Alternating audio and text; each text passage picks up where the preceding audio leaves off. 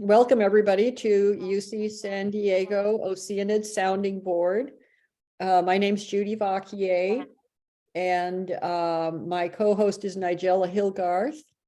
And I'm very happy to have you join us today. Sounding Board is a series of lectures, 7 once a month during the academic year. It's been going since the 1980s. And we always choose topics that are really relevant and current and interesting, and we get very vibrant speakers. So I'm looking forward to our speaker today. Sounding Board sponsored by Oceanids and the Faculty Club. During the last 3 years, during the pandemic, we've been meeting by Zoom. Before that, we always met for lunch at the Faculty Club. So we hope to do that again sometime. Maybe at the beginning of the next academic year. So Oceanids is a social and service organization of UCSD, and we raise money for graduate fellowships and undergraduate service awards, and we have other things that we support, like a student-run free clinic and the Chancellor's Challenge and postdoctoral conferences, etc. So we also welcome newcomers, particularly international newcomers to the university with our activities and kitchen exchange, where they can rent a whole apartment full of items for almost nothing for the short time that they're here. So we also have various interest groups and things that are social that are a lot of fun. So please consider joining us if you're not a member. Our speaker today is Joanne Standlee, who is Executive Director of Housing for the Homeless. And this is a nonprofit here in San Diego. She is a master's degree in social work from Columbia University, and has spent 18 years in business and 12 years in leadership roles in the nonprofit area.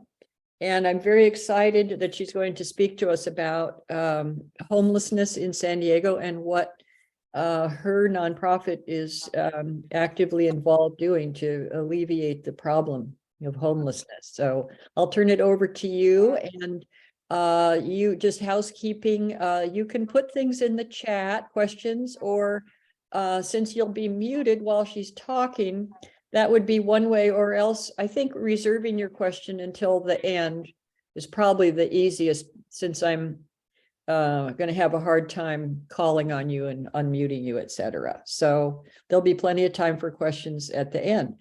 So without further ado, I'll turn it over to you, Joanne. Thank you for coming. All right, thanks so much. First of all, I want to apologize. I have a bit of a respiratory infection, so hopefully I won't start coughing, and I'll try to speak up, but my voice isn't really at its best right now. So thanks so much for inviting us to speak to your group. Our perspective on homelessness is really boots on the ground. We actually engage directly with people who are unsheltered. And you already introduced me, so I want to introduce Vanessa Davis, and I want her to tell us a little bit about her. She is our program director for our House for Hope, and she's also on the board of Housing for the Homeless. So Vanessa. Thank you, Joanne. My name is Vanessa, and I also am recovering from a respiratory infection. I think I passed it on to Joanne. So same disclosure, and my computer is, I don't know, I apologize. I hope it stops doing that for the video. But anyways, thank you again for having us. I just wanted to share a little bit about my personal and professional connection to the issue of homelessness. So from a personal perspective, let me turn my video. Wait, what's happening with the video? Maybe just turn your video off. Yeah. Yeah, I apologize. Oh, okay. All right. I'll try to turn it on later, but that sucks. I apologize. So my personal connection to the issue of homelessness is rooted in seeing my mother struggle with homelessness at a very young age. Homelessness, poverty, and disconnection. We didn't really have close ties to any of our family, which is what led me to being placed in the foster care system at 3 years old. So I spent over 16 years in the foster care system. I never stayed in a home longer than once. I attended 12 different schools. So I kind of always identified with not having a home or being rooted in what having a home means. When I aged out of foster care, I also experienced homelessness myself, and it took the communities that I was attached to help me escape the vicious cycle of homelessness. And so when I slowly started moving towards stability, I started working in social services at a skilled nursing facility. And it was really there where my heart was just broken, seeing how seniors at what should be like the golden stage of their life really suffered during that time if they were disconnected from family, from resources, from society, and just how one acute health crises can really lead to homelessness for people that have worked their whole lives, that have contributed to society. Experiencing this crisis really put them in a stage of fight or flight.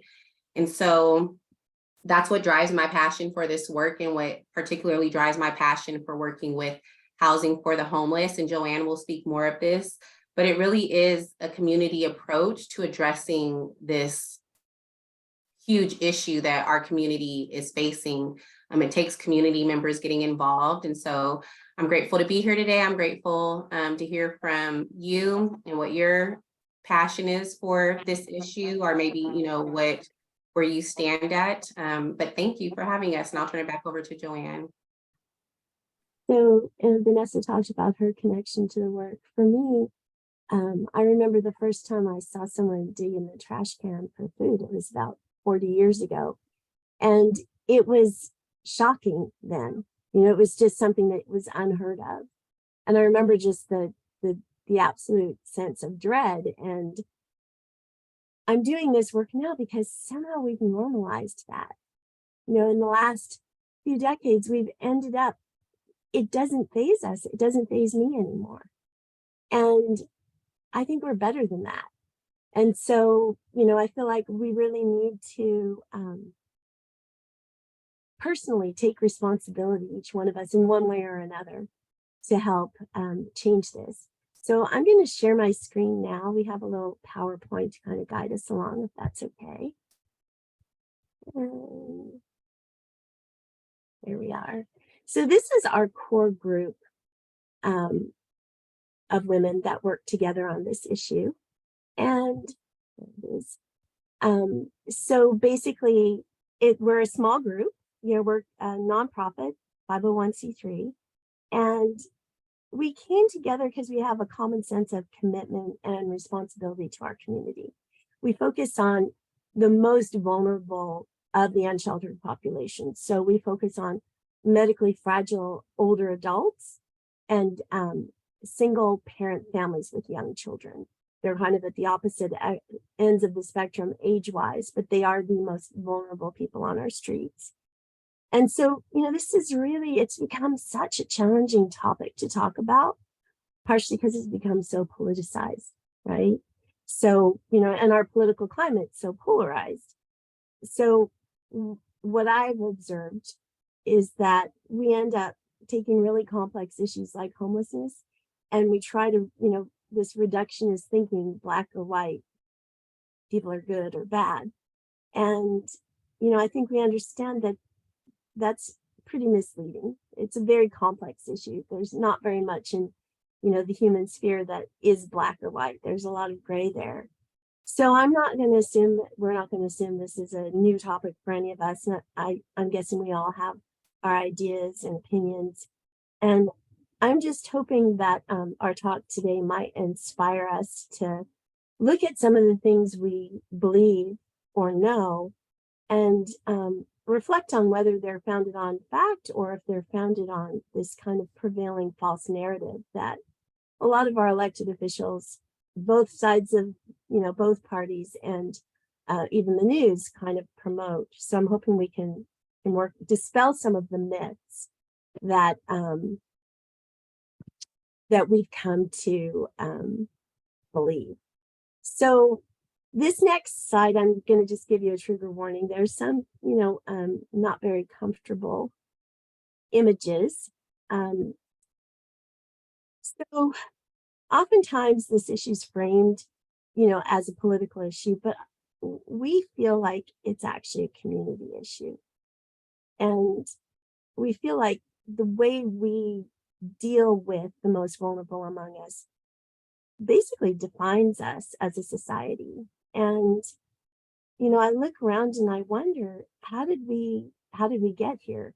That's why I went back to school. I really wanted to understand, and I wanted to be able to do something effective and impactful. So this is the face of homelessness that I see almost every day when I go downtown or to our emergency shelter on Midway. And, just last week, I drove right through a suite, the bottom left and middle area where, they take people's belongings and throw them away because they're blocking the sidewalk or they just throw them away. So I wanted to ask all of you, like, what do you see when you look at these images? What does it evoke for you? And I know, can we unmute everyone and just, let people say, like, what are some of the words that come to mind when you see these images? Yes, I'll try that. Just a second. I have to figure out how to do that now. How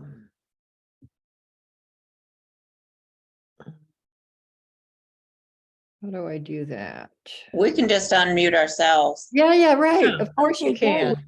Of All course right. you can. Go right ahead. If you want to say a few comments, just, keep it a little brief, please. Sadness. I'm actually a homeless person, and it looks to me as if homelessness is illegal from these pictures, and also that there's no alternatives or no way to find the alternatives.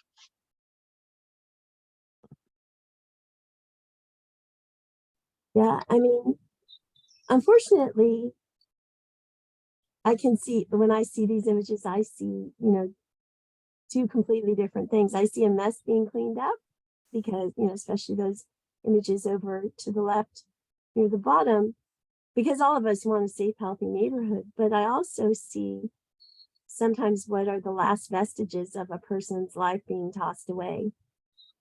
And that's despite the legal requirements to impound people's belongings. There's just so many different levels of homelessness and so many different people who fall into it for brief amount of times or prolonged periods. The woman in the middle there, where we're in a T-Mobile store, that's someone who my partner, she's the co-founder of Housing for the Homeless. Someone called her at 2 a.m. and said, "Miss Amy, you got to come down here. There's a lady sitting on the bus stop and she does not look like she's from around here. And I'm worried about her." So then Amy called and asked me to speak to her. It ended up that she had gotten stranded here. Her sister was dying. There was a big family fight. She ended up without her phone.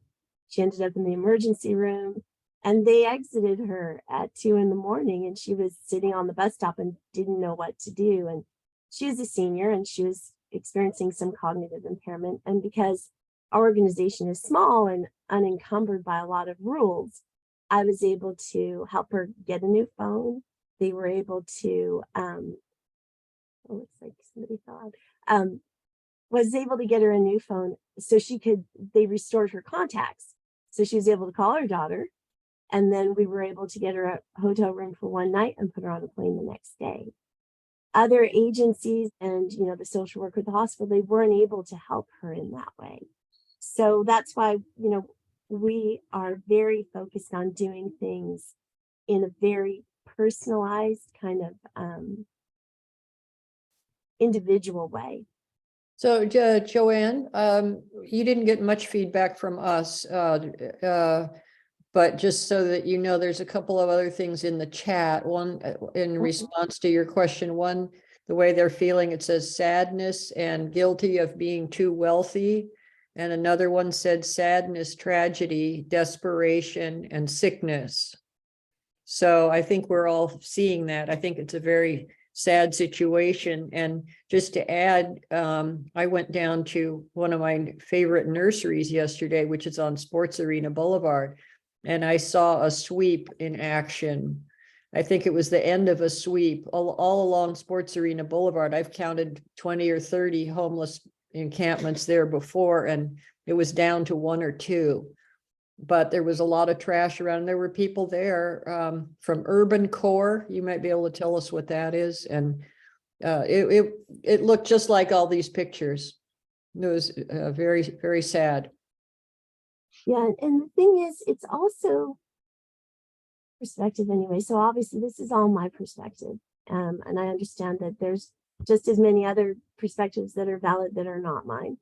But as a service provider, as someone who works with these people, when they do sweeps, they throw away people's documentation. So there goes their ID, there goes sometimes their phone, there goes their photos that they rescued when they were, evicted from their home.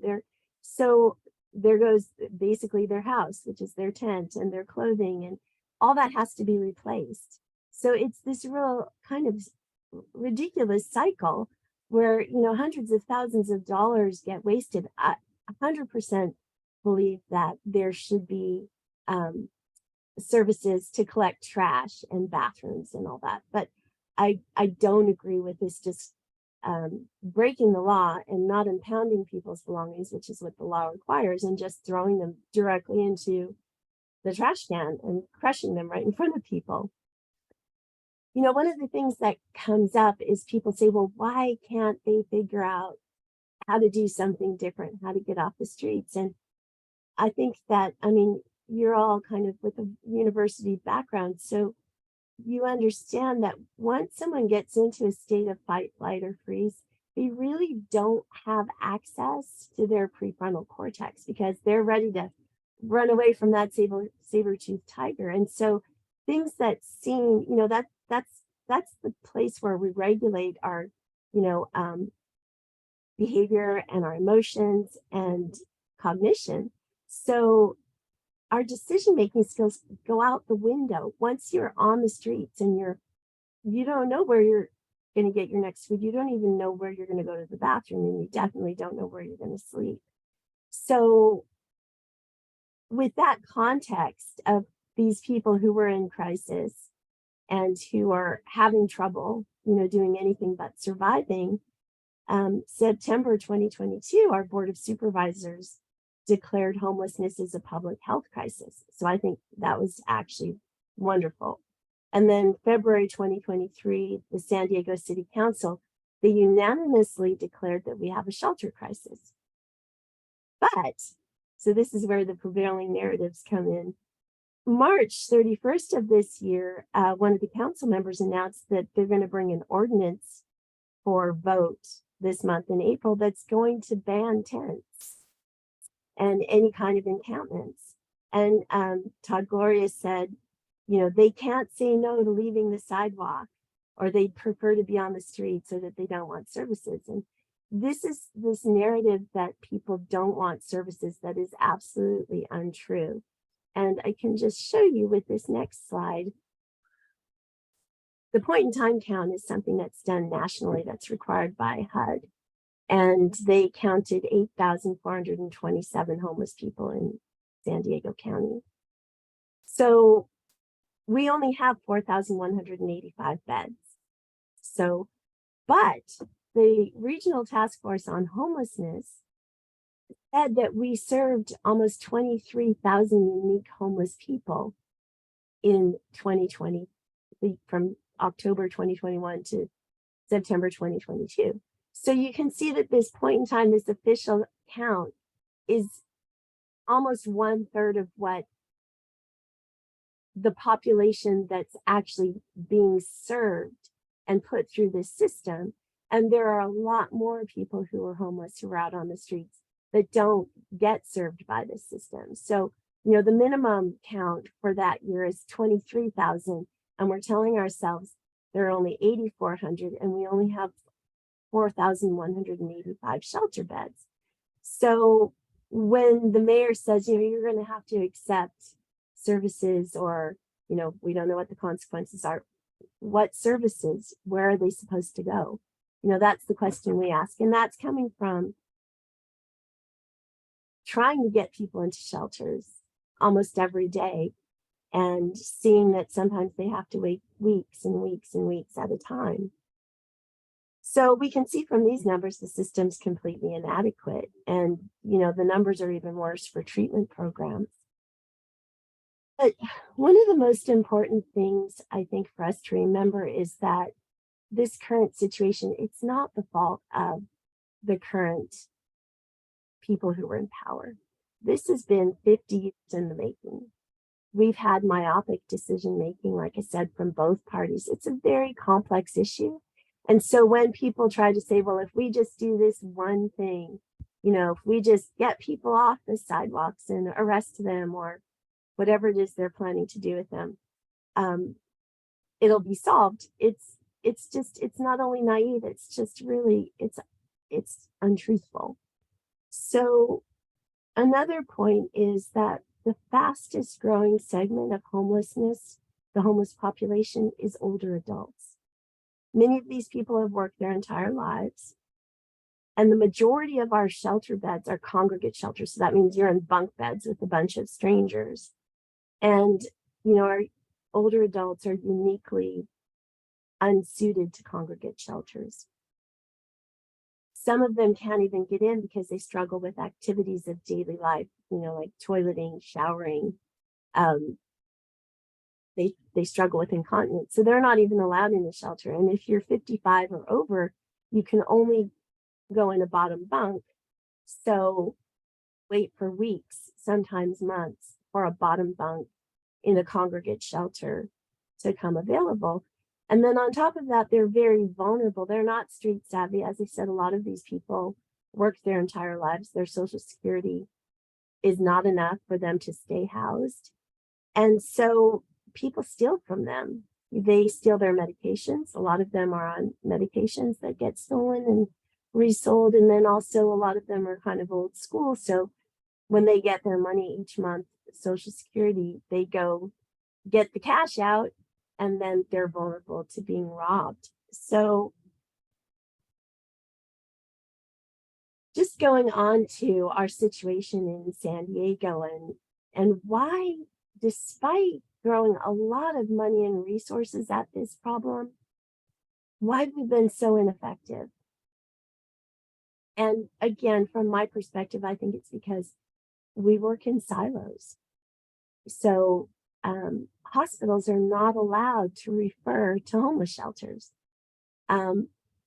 Veterans Administration doesn't talk to HHSA, law enforcement. So if you're in the hospital and you're in the emergency department and you have a senior there, you don't have access to silver alerts, which are put out when a senior goes missing.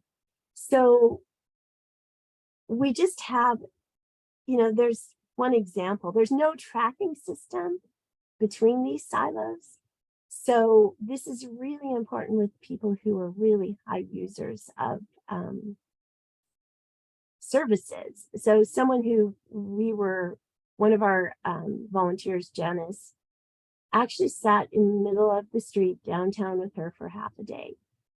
And when we looked her up in the homeless management intake system, which is supposed to track everything, it said that she only had, been involved with 3 different programs. And we actually, after Janice called multiple service providers, first she called an ambulance because the woman was saying that she didn't feel well and she couldn't get up and walk. And she didn't want to get in the ambulance because she was still packing her things up. She suffers from serious mental illness. So then Janice called the mobile crisis team. They couldn't take her because she'd soiled herself. So then Janice called the police, and they called the psychiatric emergency response team, who called another ambulance. They took her to the hospital for a 72-hour hold, and she was released that same night because the physician on duty said that she was able to make decisions for herself. So after all of those service providers attempting to get this woman help, she was exited from the place that was supposed to take her in and help her. And so the HOT team, the homeless outreach team that the police run, they actually called us to see if Janice would be on their case conferencing call. But the reason why they called us is because Janice gave them her card and said, you know, I'm working with housing for the homeless. There was no way for them to find her through the systems or cross systems. So we spend a lot of time building these relationships with all these different service providers, the homeless outreach team, the psychiatric emergency clinicians, PATH, Father Joe's, Alpha Project Rescue Mission, Door of Hope, the Veterans Administration, Brilliant Futures. Those are just some of the organizations that we regularly partner with. Because we're such a small organization, we're always looking to move someone into a program, that can serve whatever it is that their needs are. But we never leave someone. We never completely hand them off. We stay in touch. So some of the other reasons why homelessness is particularly, this just kind of, from a state perspective, California has the third highest income inequality in the country. So that's one of the reasons why homelessness is so prevalent here. And then also when it comes to permanent supportive housing, which is where we put people who suffer from serious mental illness or have physical or, developmental disabilities. The San Francisco Controller's Office did an assessment of 18 major metropolises, and San Diego has, as you can see, significantly less permanent supportive housing units per capita than these other, metropolitan areas like Los Angeles, Oakland, Seattle, places that were surveyed. So Judy had asked that I say something about state programs. To be honest, I don't know a whole lot because they don't really impact the work that we do so much. Project Roomkey is the main funder of hotels and that they purchase and repurpose for housing or shelters, but you can't apply for those funds as a nonprofit. You have to do it with a government agency. Then CalWorks, we're all kind of familiar with them, countywide, a lot of variety of programs. Bring families home, it was interesting. I looked online and it said that it's social services and they help people who were impacted by child protective services to get housing. And I've actually worked with a couple of different families and they have always said they have no housing. So that was a bit confusing to me that that's listed as what they do, but that our people don't have access to it. Housing and Disability Advocacy Program, that's the county outreach. And it's very administrative focused. It's not at all personalized. And we tried to partner with them in January of 2022. And it was very challenging. They actually did more harm than good. They're very, let's just fill out this questionnaire and put you in the system and get our pay points. But there's not that kind of human connection. That's just not their training. It's not their lane. And then the last one, Home Safe. I do have some experience with the aging and independence services. And I've made multiple reports of people who are collecting. That's one of the criteria. And unfortunately, you talk to someone, they have a 24-hour hotline, but they take a report that gets passed on to someone, and then they have 30 days to contact the person. And in each of the cases that I've reported people, no one has ever contacted me or contacted the people that I had asked them to follow up with. So we have a lot of bureaucracy in San Diego, and I don't know why that's true. Like I said, there's a lot of money and resources and services, but somehow they're just not getting the job done. There's such a lack of coordination. So now you can stop listening to me for a while. Vanessa's going to talk about the programs that Housing for the Homeless has. You know, we have a very flexible, responsive, individualized approach that's rooted in community. So we're not just providing people with shelter or housing, but also a place to heal. So Vanessa, do you want to? Yeah, awesome. Thank you, Joanne. So we focus our efforts on areas with known concentrations of seniors who are experiencing homelessness, and specifically target those seniors who are experiencing acute health crises, and are high users of emergency services. So a lot of seniors, they're not really tied to a primary care physician. So when they experience any type of crisis, their means of addressing that is emergency room visits, which creates a high cost and burden on our healthcare systems, on hospitals. And so a lot of what our organization has seen has been those people being discharged from the hospital and still needing care. They're not ready to be independent yet. And so that's a huge gap in services. And what's contributing to the cycle of homelessness in San Diego. And then also another vulnerable community are parents that are, a lot of them are working or they're experiencing health crises themselves and they have young children. And so those are the two communities that we serve: seniors that are experiencing acute medical health crises, and then mothers that are parenting young children. And so we focus our efforts on those two communities. And so to meet those needs, one of the services that we provide is our emergency shelter and supportive services program, which provides medically fragile seniors experiencing acute health crises access to a private hotel room where they can stabilize, they can heal, they can feel safe with on-site security available, which is super important.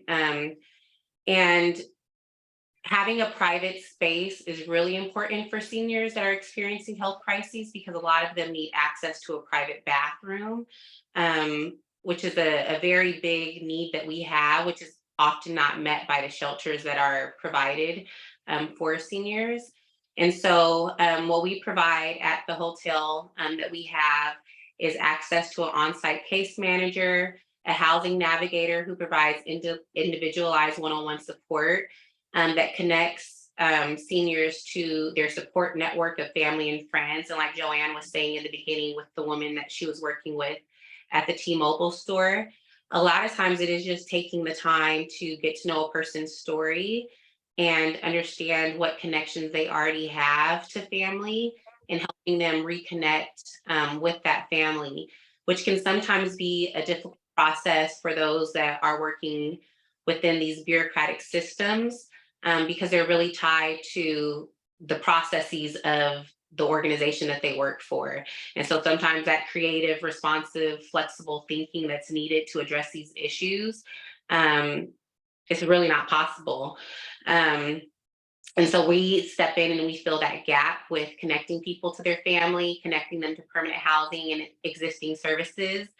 And although it is a very small community-based organization, the outcomes, which Joanne will probably speak about later, are incredible. Like the amount of seniors and single parent families that we've been able to house successfully is remarkable. And it really is a small organization of primarily women that are community members that are not being paid, responding to this challenge and this issue. And the community that I am particularly passionate and invested in is those of mothers. Just having grown up, like I was saying in the beginning, with my own mom experiencing homelessness and me being placed in the foster care system for that reason. When I aged out of foster care, I began working with transitional age foster youth. And one of the huge challenges that I saw were for parents, and seeing their children also be placed into the system and the cycle continuing. And so one of our programs that we operate is called Housing for Hope. And it's a beautiful home that we have in the Kensington City Heights area, where over the past year, we provided housing to 6 mothers and 8 children who are at risk of falling into chronic homelessness and disconnection. And pretty much all of the mothers that we have assisted have very dynamic needs. So they're either like transitioning out of foster care, they are experiencing separations or divorce, and they also have acute health needs that must be addressed in order for the mother and their families to thrive. So we can pull up that next slide, Joanne, if you don't mind.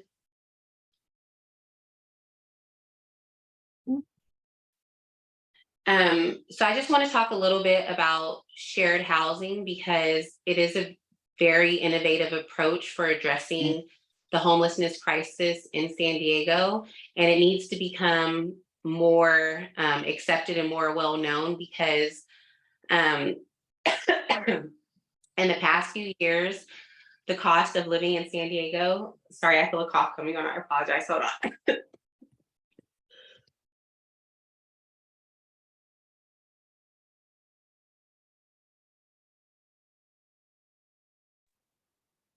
I'm so sorry. So in San Diego, the cost of living has risen at a current rate of 44%. That is more than the national average. And so this impacts single parent households tremendously. A lot of the stigma regarding homelessness is that, you know, people that are homelessness, they have drug challenges or addiction challenges. And that's not the case. Many of the mothers that I work with are, some of them have their master's degree, they're very high functioning, and they literally just can't afford the cost of living in San Diego anymore, especially with daycare costs being so high. And that's the situation that I also would be in if I was not the housing manager for this shared living program. And so the growing housing crisis adds to the already heavy burden of stress many single mothers face daily.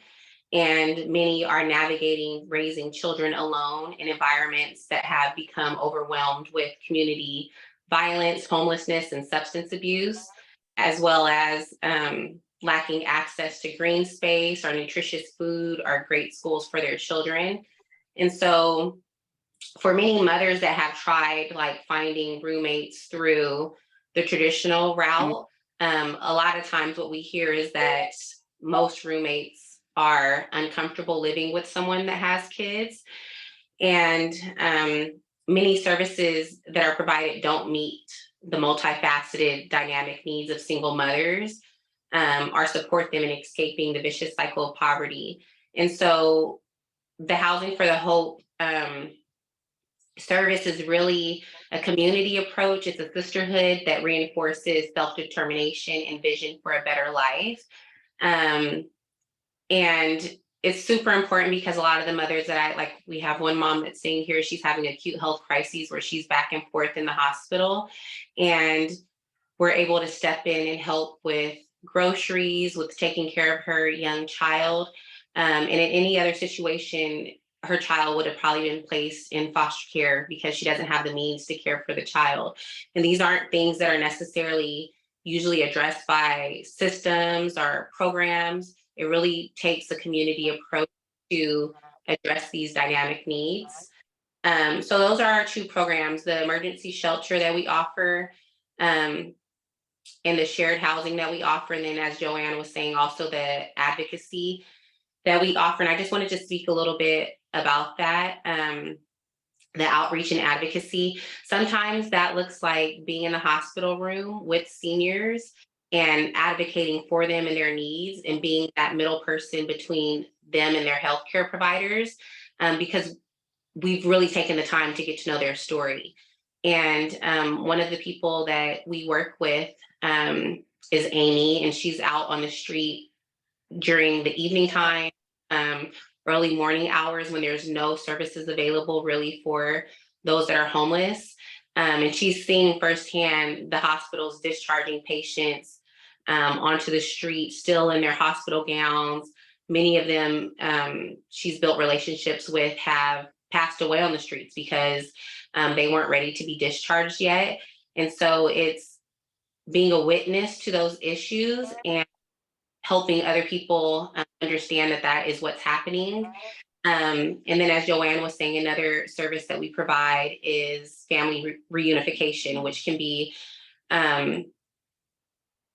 very useful in situations where there could have been a lot of money spent in getting someone involved in like programs and getting them into the system when really they have family that they just need to be reconnected with that are willing to step in and support them.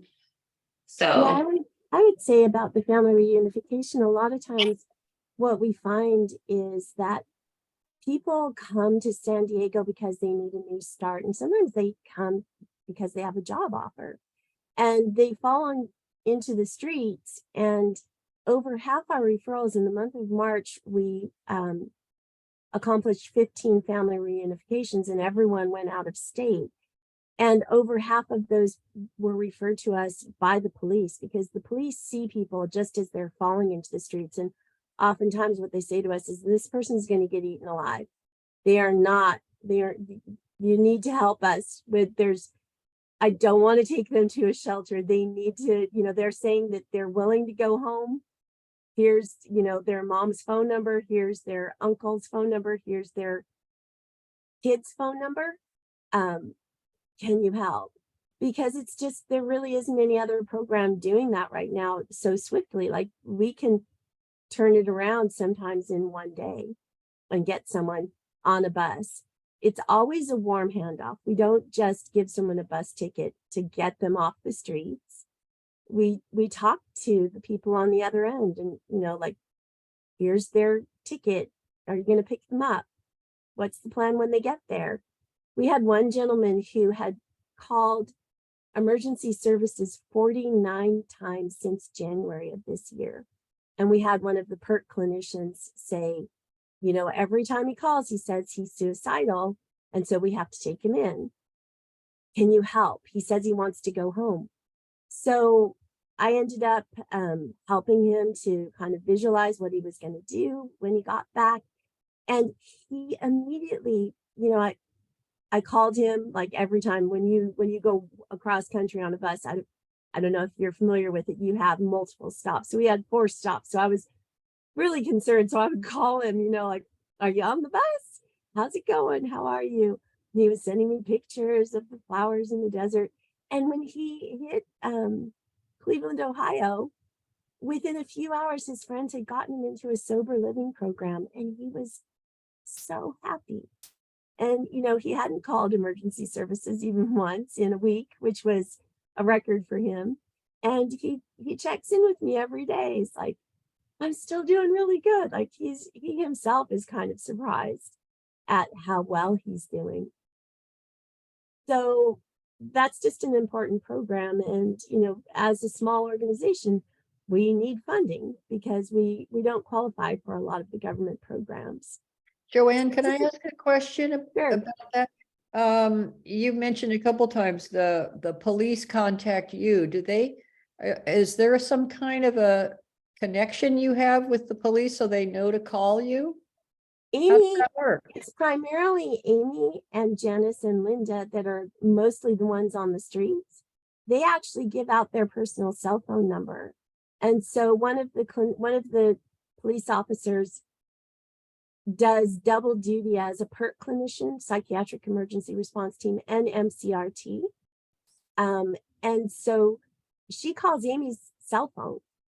And in one of the photos at the very beginning of the slideshow, you saw some police surrounding a woman in a pink bathrobe. And they were, Amy walked up and they didn't know what to do because she had discharge papers from 4 different hospitals.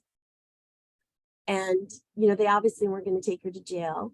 And she had already gotten dumped from the hospital in front of a shelter, and she wouldn't even get out of the car because she was so afraid. And so they said, Amy, Amy's very well known on the streets, and so is Linda, who's the woman in the on the right in the blue. She actually is the lived experience expert. She just moved into permanent supportive housing a year ago. She had been on the streets prior to that.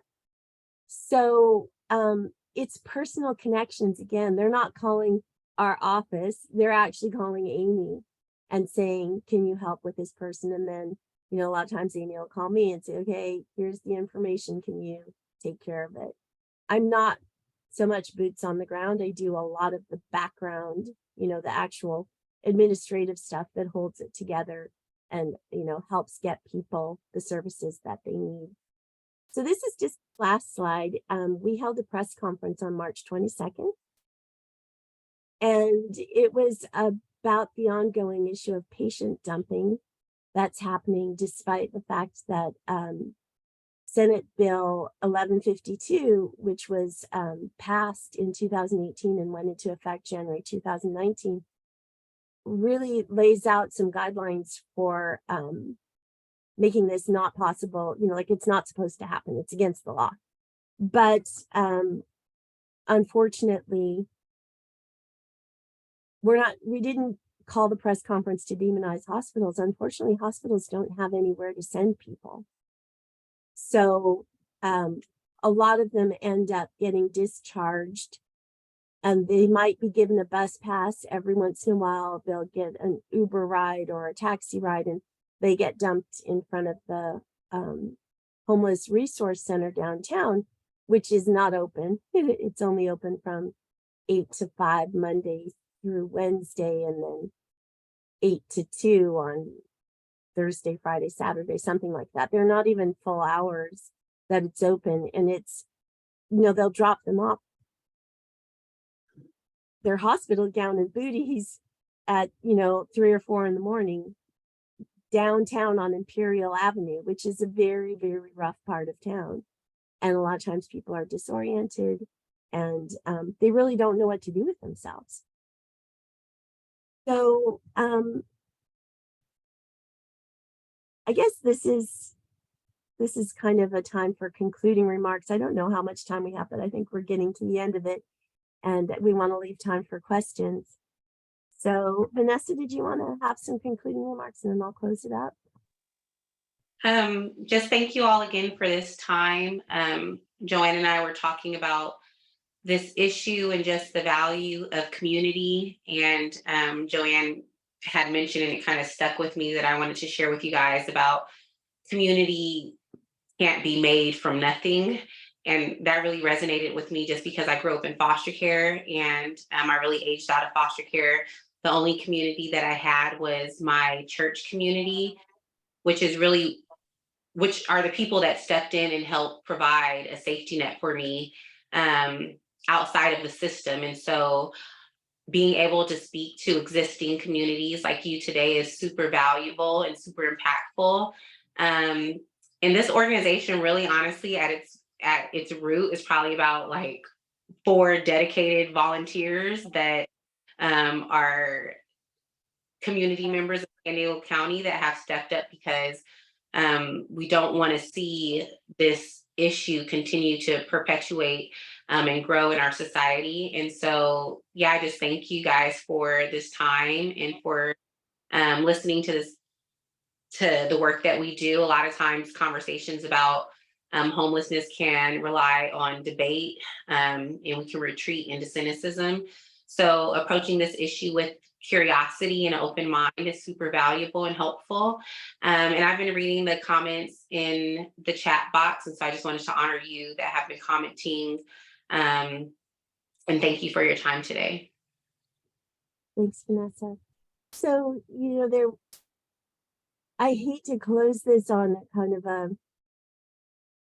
depressing note, but in January of 2023, 663 people were housed, but 1,211 fell into homelessness for the first time. We're losing this fight right now. And, you know, in 2010, 54 homeless people died on the streets.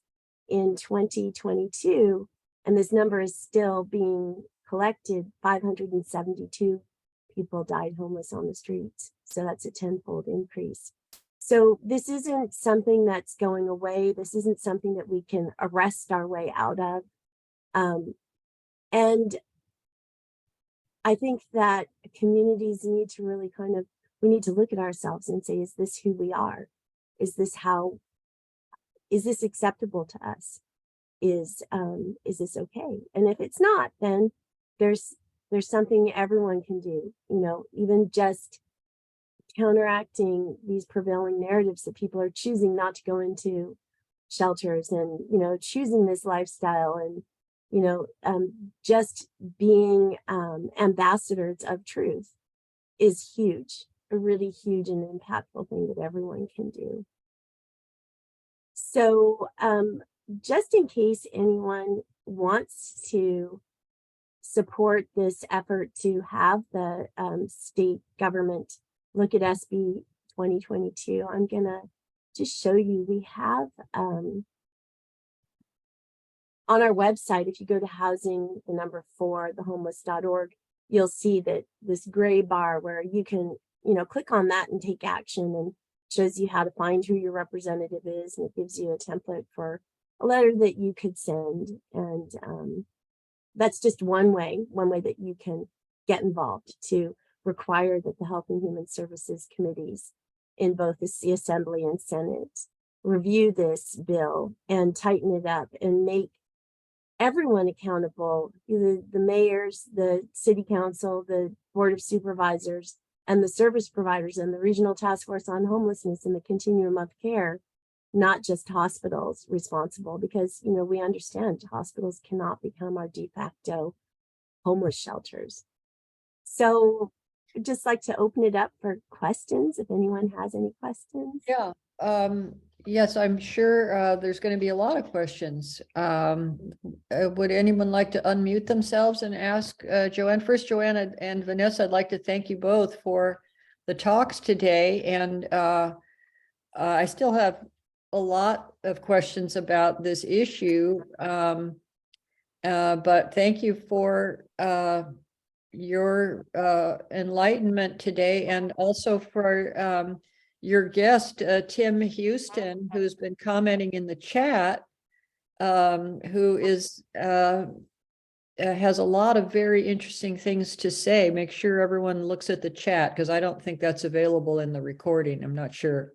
So anybody want to go ahead with a question? I have a question. Can you hear me? Yeah. Yes. My name is Marcia. And I do have a question. I sit on the Claremont Coalition for Homelessness organization. So Claremont is the area that we focus on.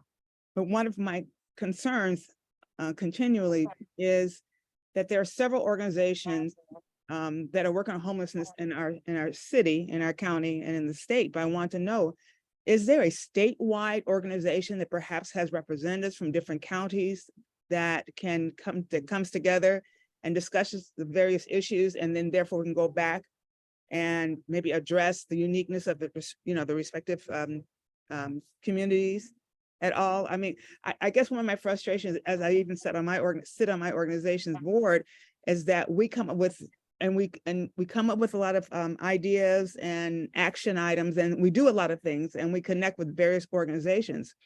But as we can see, this is a continuous problem, and it probably will be a continuous problem, but the problem can be better if we have the available resources and people are working on, in various areas in terms of the resources. So it's very frustrating to see, when there's 1,000 different organizations doing something, but we don't all know what each other is doing. We can't learn best practices, that type of thing. So again, all that to say, does anyone know if a statewide organization exists that addresses this problem, first of all?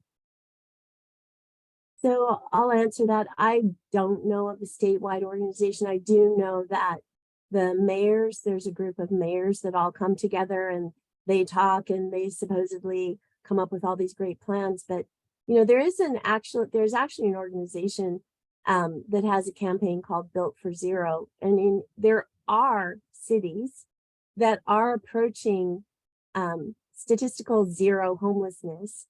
And they say, this large organization says the same thing we do. you have to get to know each individual on the streets.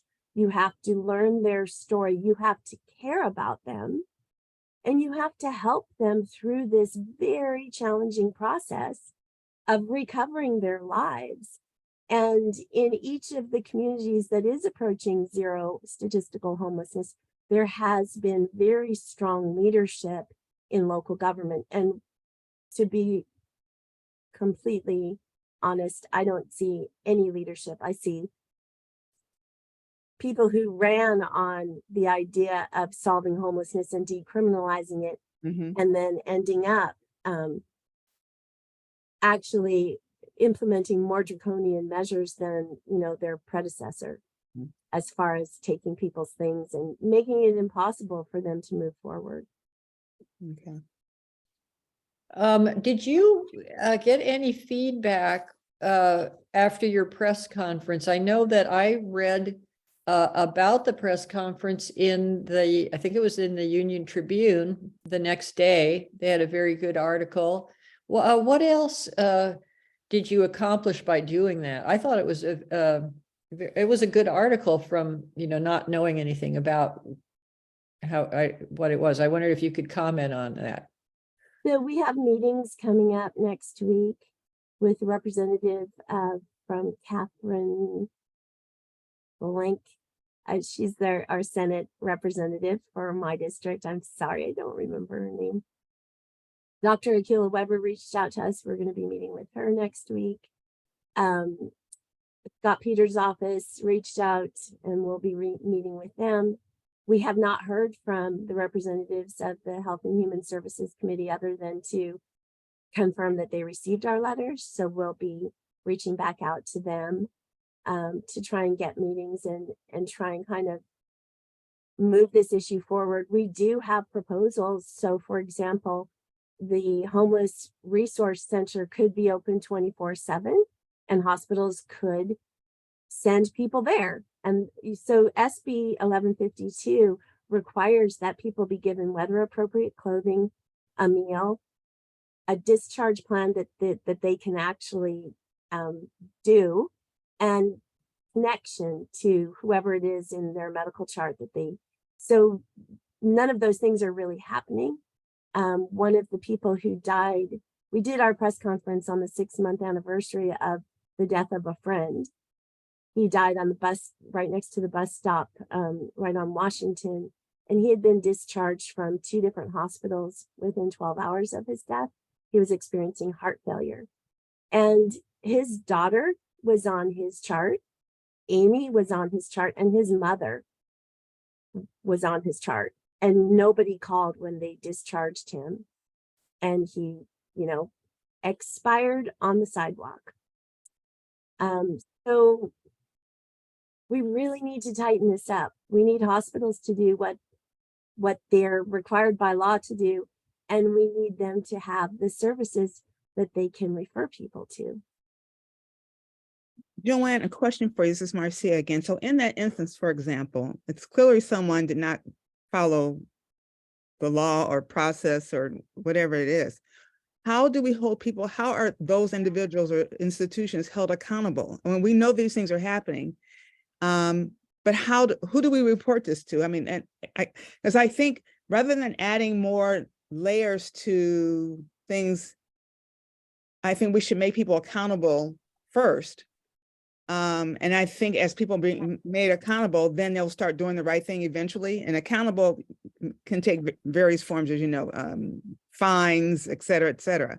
But what is the process? First, I'm going to use the example that you just gave. What did you guys do, or what would anyone do in that situation? So we are a very small organization, and we've been very restricted by, when you're working with someone who's in crisis, it's very hard to have your little, computer and start asking them questions. So we just recently, our first hire, everyone's a volunteer except one person. She's been accompanying Amy and recording the information from people as they're discharged. Instead of just triaging them and getting them safe, we're actually recording information and asking their permission if we're allowed to report to the California Department of Health and the County Department of Health on their behalf for their illegal discharge. And so I have a backlog of 2 weeks now that I need to go file those reports. So that's another way that we're working towards holding people accountable by making these reports, but without their permission, without a photograph of the front page of their discharge paperwork, without, you know, them saying, yes, I did not want to leave. Because a lot of times, you know, they'll indicate, oh, well, you know, the patient was uncooperative. They left because they wanted to. And it's like, I'm sorry, if you have to call security to escort someone out, they're not leaving under their own steam. You know, they're not volunteering. They're not wanting to leave, but sometimes that's what their discharge paperwork says. So we're addressing it on, you know, a couple different levels to the extent of our ability. I can ask a question. Can you hear me? So I'm at Father Joe's. I've been there for 6 months. I was a neighbor of Chris Chase's, and I had a good job with SAP. I was traveling every week, 2 to 4 planes a week, 100% billable. I got a stage 3 colorectal tumor, which has really destroyed my life. My landlord really pushed even before COVID restrictions were over to get me out because he knew I was going to run out of money eventually. And I did. While he was kicking me out, I had 2 lawyers working on it.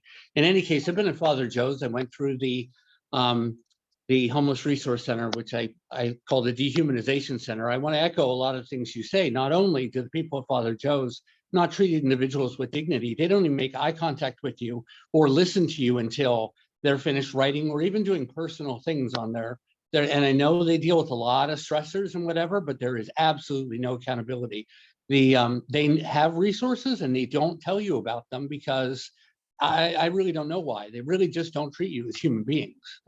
Even the caseworkers will give me web searches when they're actually the organization that would help you out. So I have increased incontinence. I have a neural stimulant that was put into my sacral nerve. I have increased incontinence and I'm not safe. I've been robbed. I get assaulted pretty much, or verbally assaulted pretty much daily with threats because I smell, and it's not regular smell. It's not that I'm not trying to take care of myself, although there isn't a bathroom or a shower mostly available at the PMC3 where I'm staying. There are people that are in there doing whatever, maybe just having personal time, but for the most part, you know, doing whatever, and it's not monitored whatsoever. It's about 200 people in a room with bunks. But I wanted to ask was, I'm considered housed. So I went back to the Homeless Resource Center and I've also gone to my case manager and they have nothing. I mean, they say I am considered housed. I'm not homeless. So I've even contacted Chris Ward, who I know is a personal friend through the Unitarian Church. And his person, AJ, who I've spoken with, just hasn't gotten back to me the last couple of times. I really feel that all the money and all the good things that have been given towards the homeless problem is not getting to the people who are down there.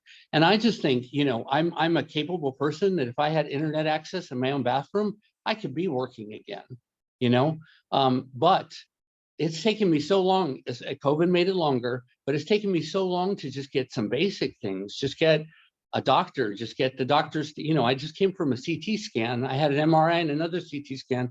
They think they might have found more cancer left over from 5 years ago. So it's like the health cycle just keeps pushing out every couple months, you know, to see people. So I really don't know. I don't know who to ask. I've been there 6 months and I feel unsafe. I don't want to live like this anymore. I don't know, you know, I feel that I have a lot of functionality compared to a lot of people that I've met, and that functionality is going to go away in this type of living situation. What do you recommend for somebody who is housed but inappropriately? You know, Thank you. Thank Yeah. you for your question. Thank you. Let's, Joanne, you want to respond to that? Maybe you can also continue after the meeting is over. You can follow up with Tim. Yeah, But you I wanna put my respond now? email address into the chat. So please email me and let's connect and let's talk in the next couple of days. But I'm a little confused because are are you in a congregate shelter or are you in PSH, a permanent So supportive I'm in a housing unit? congregate shelter. It's Father Joe's. It's called PMC3. It's right above the cafeteria where they serve everybody. I've also lost that's 50 still a 50 shelter. pounds in the last 6 months because of the food program is not appropriate, not appropriate. I don't eat meats, and I haven't eaten meat since 1988, which is probably before some of you were born. And Not this group. it'd be hard to start. So let's talk afterwards, but Yes. like I said, I'm just confused because that should, if it's a congregate shelter with bunk beds, you should still be satisfying the definition of homelessness, virtual homelessness from HUD position, and you should be in the queue. So I'm not sure why that's not the case, but we'll have to, like, set aside some time and talk. I am a queue, Okay. but it's about getting out of PMC to somewhere that's more appropriate because like there's the place where people who have HIV, and I'm HIV negative, I am a gay man, but I have way higher needs than people who are non-detectable. I mean, Hey, so Tim, can you see the chat and can you see her email written there? yes, I'll Good. when I Okay, open so- that up, I lose you guys, so I'll Yeah, get yeah, that so before do we that disconnect. at the end of this. We'd Yeah. like to move on to a couple other Right. questions if we have any, and good luck to you. And I hope you can follow up with Joanne and get the help that you need. Thank you. Can Joanne see the chat? Yes. Okay, good. I just want to make sure. Yeah, and I don't know if you've had a chance to read them all while you've been talking as well. There's some people wrote quite long things in there, but maybe you can take a quick look and people can think if they have one or two more burning questions. We'll try to wrap it up in the next 4 or 5 minutes. I'm just looking at the chat. I'm seeing Nancy's comment about reconnection with family being a good idea.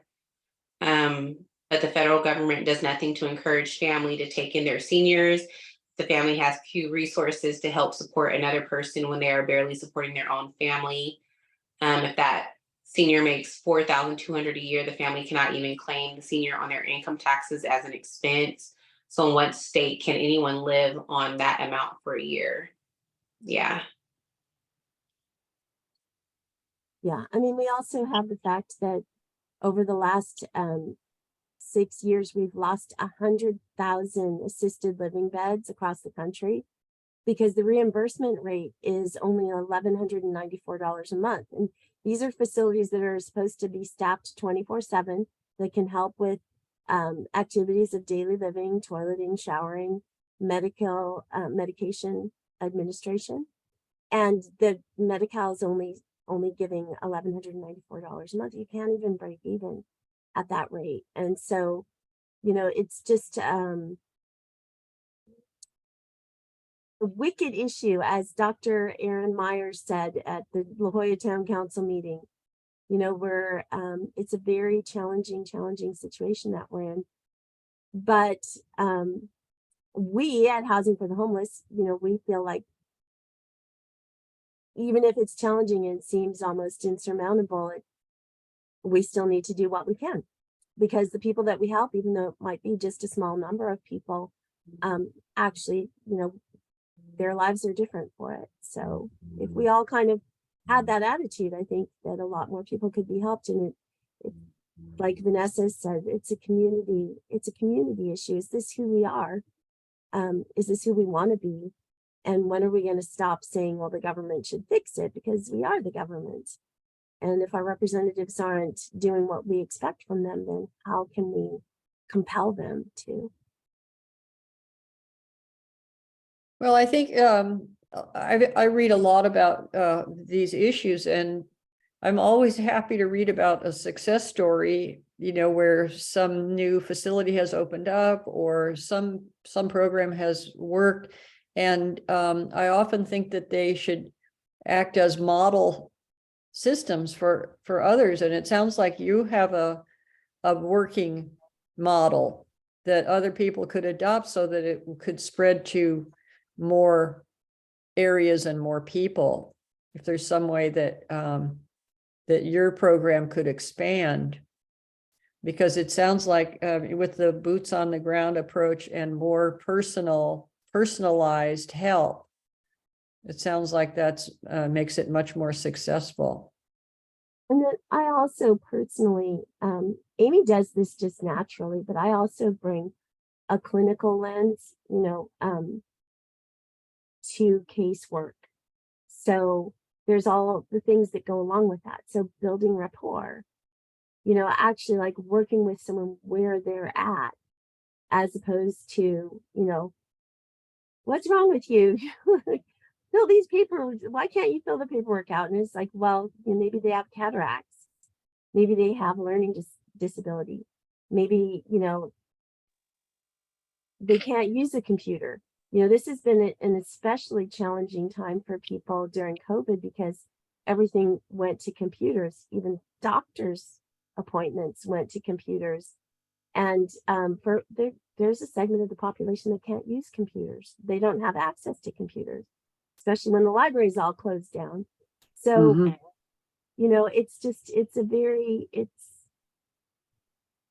I just really appreciate all of you coming and listening to, our perspective on the situation and Here's the hand up, Joanne. Yeah, Carol Ziegler would like to say something or ask a question. No, I wanted to comment on this $4,200. It seems to me at that point, and this is probably another thing in terms of education, if some senior needs to be housed with a family and they need support, that the senior should immediately quit whatever little job that's paying $4,200, and that's certainly what I would think would be a simple solution very quickly, is make sure that senior is not making any money, and I assume that's earned. One question that goes with that is, I'm assuming that's earned income versus some other, but if, for instance, if somebody was on Social Security, that would never happen because they certainly wouldn't want to give up their Social Security because Actually, Social Security isn't taxed, so that's not part of it. It's if you have a very, very small pension, even if you make $8,000 a year on a small pension. See, that's what. So you can't. So essentially, that's going to keep coming in. So right, you're, no matter still what stuck. You can't quit. Right. Okay. I just wanted to comment on that, not necessarily from the seniors' perspective. Maybe Joanne can comment on that, but I know just working with transition age young people that are aging out of the foster care system, and even in my own situation, there is this incentive to like keep your income low so that you qualify for public assistance. And that has always been a struggle, like with people pursuing higher education, higher career goals and career paths. The fact that they still need to access public assistance almost conditions people to not pursue those other alternative paths. For me, I'm self-employed right now. The pandemic really impacted my income, my career, a lot of different things. And I still haven't necessarily applied for that public assistance because so much of who I am is tied to my work and the identity that comes from that. And so, yeah, it's not always easy for people to like limit themselves to be able to qualify for these programs, because these programs aren't rescuing them from their condition. They're just charity. They're helping them make it through the day versus helping them escape homelessness.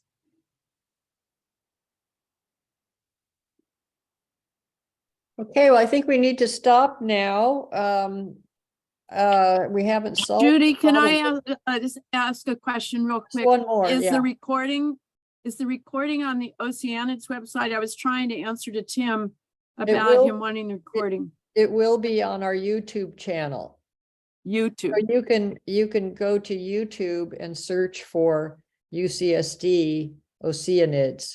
Yeah, okay. Find our YouTube channel. It takes several days for it to get back from Zoom and then get uploaded to YouTube. So it won't be up for a few days.